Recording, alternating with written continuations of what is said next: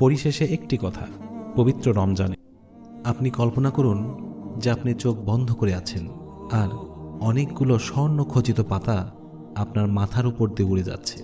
আপনি চাইলে সবগুলোই ধরতে পারেন, আবার ইচ্ছা করলে অল্প কিছু, আবার ইচ্ছা না করলে একটিও না।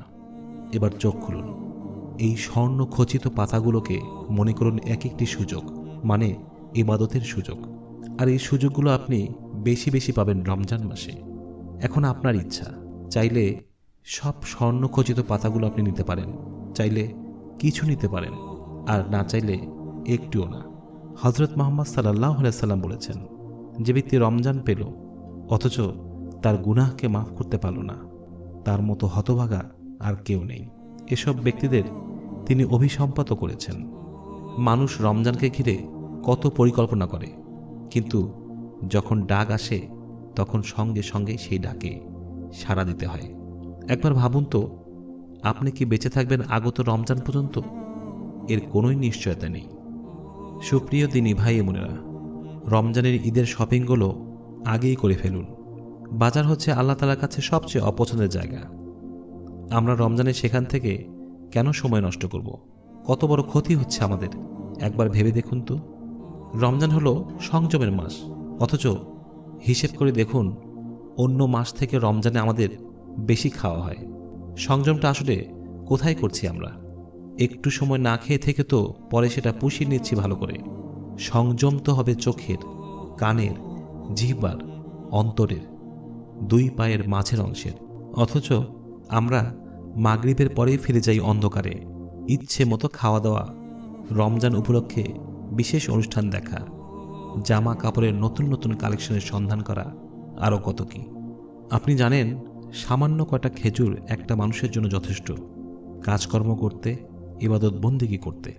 অর্থাৎ মেরুদণ্ডটা খাড়া রাখতে যে শক্তি লাগে তা পূরণ করে দেয় সামান্য কয়টা খেজুর। আর খাওয়ার সুন্নত হচ্ছে পেটে 3 ভাগের 1 ভাগ খাওয়া। অথচ আমরা ভাজা পোড়া, বুট মুড়ি এসব এত বেশি খাই যে শ্বাসটাও ফেলতে কষ্ট হয়।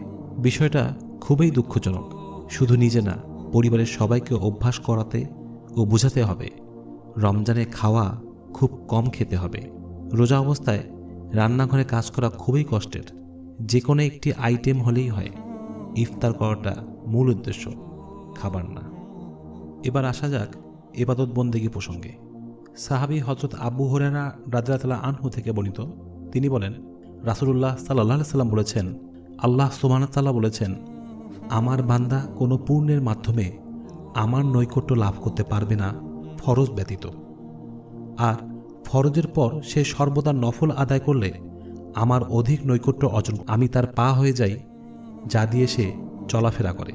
আর সে যদি আমার নিকট কিছু প্রার্থনা করে আমি তাকে অবশ্যই তা প্রদান করি।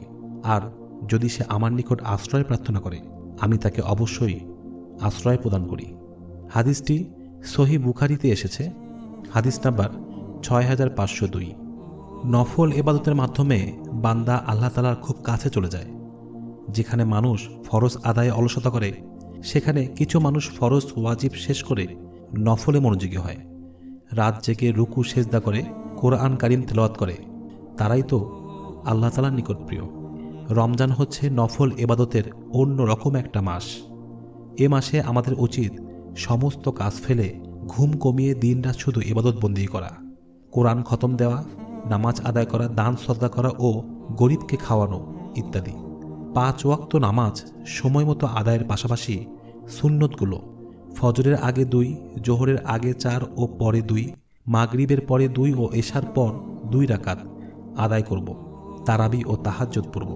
তারাবি 20 রাকাত না 8 রাকাত, এটা নিয়ে দ্বন্দ্ব রাখার কোনো মানে নেই। তারাবি 20 রাকাত। মক্কা মদিনায় 20 রাকাত তারাবি পড়া হয়। আপনি কম পড়তে চান, সমস্যা নেই। বেশি পড়তে চান, বেশি পড়লে বেশি সওয়াব। 20 রাকাত পড়ার পর চাইলে আরও নফল নামাজ আদায় করুন, রাতে তাহাজ্জুদ পড়ুন, আর সারাদিন কোরআন তেলাওয়াত তো থাকছেই। এরই ফাঁকে জিকির করুন, মেসওয়াক করুন, মানুষকে ভালো কাজের প্রতি আহ্বান করুন, মন্দ কাজ হতে বিরত থাকতে বলুন।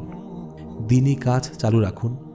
মনে রাখবেন, যে কাজেই করবেন নিয়তটা রাখুন আল্লাহর সন্তুষ্টির জন্য।